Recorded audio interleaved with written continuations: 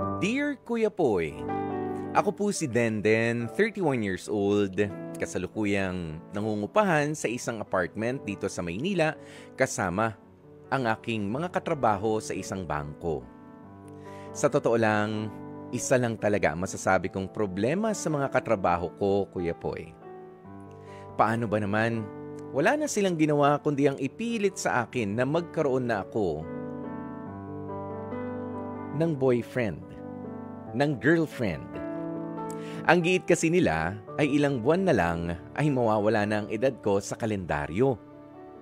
Aminado naman ako na until now ay hindi pa rin ako pumapasok o nakikipag-date sa ibang babae. By choice naman kasi yun, Kuya Poy.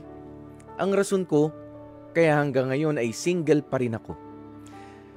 Masasabi ko naman na hindi naman ako pangit o hindi lapitin ng mga babae. Sadyang hindi ko lang talaga feel pa sa ngayon ang pagkakaroon ng kasintahan. Alam nyo ba, inis na ako sa mga katrabaho ko dahil kung kani-kanino na lamang nila ibinibigay ang number ko.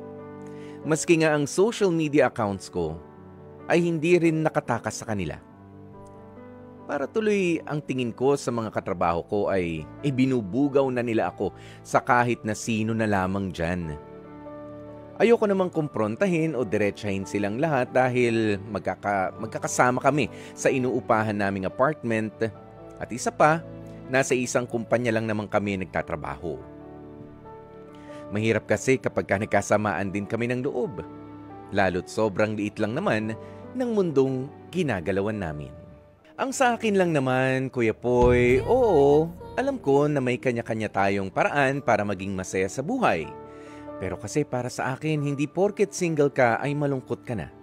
Sadyang marami lang talaga na gusto pa akong gawin sa buhay maliban sa pakikipagrelasyon. At yung mga interes at pangarap na yon, Kuya Poy, ay para sa sarili ko at para sa akin ding pamilya. To be honest, hindi ko sila maintindihan. Para ba kasing awang-awa sila sa sitwasyon ko bilang single? Kahit na masaya naman talaga ako in the first place.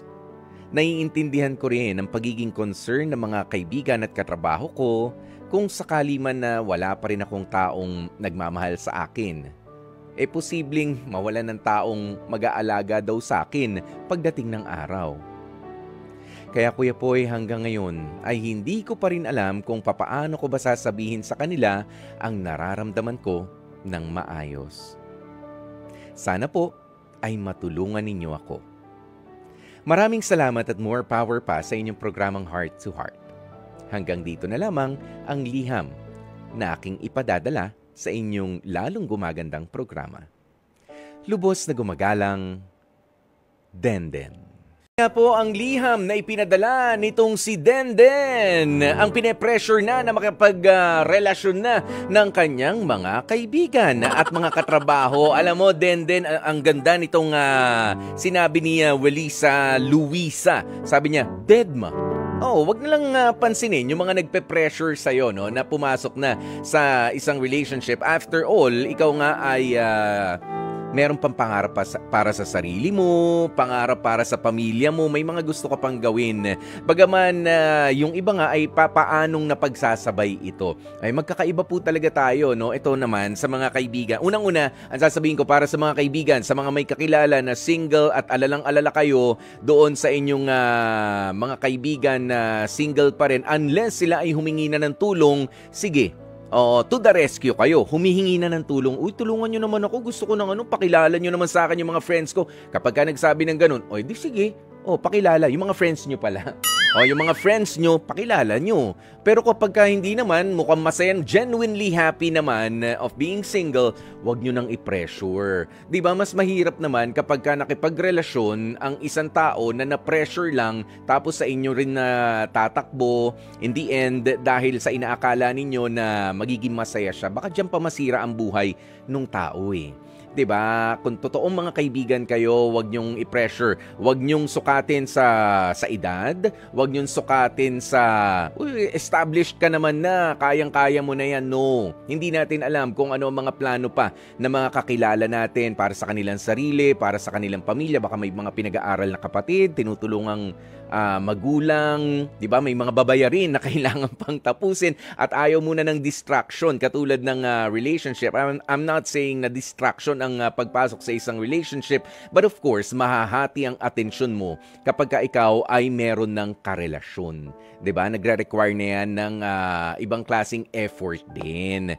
O kaya naman maging masaya lang tayo sa mga kasamahan natin, sa mga kaibigan natin na single kung choice naman talaga nila 'yan. At kung karma rin naman nila 'yan. Respeto na lang, kaibigan. 'Di ba? Kung single pa rin sila. Okay? Pero sa ngayon nga, sabihin mo din, masaya ako. Hayaan nyo, kapag kakailangan ko na at gusto ko na makakilala, na makakarelasyon, go, tulungan ninyo ako. Ganun lang kasimple. Di ba? Hindi mo kailangan makapag-away, hindi mo kailangan ng mahabang paliwanagan. Ang kailangan mo lang ay ang magpakatotoo para tumigil na rin ang mga kasamahan mo sa pagpe-pressure sa'yo sa pakikipagrelasyon na. At dyan na nga rin po natin tatapusin ang ating Dear Kuya Poy,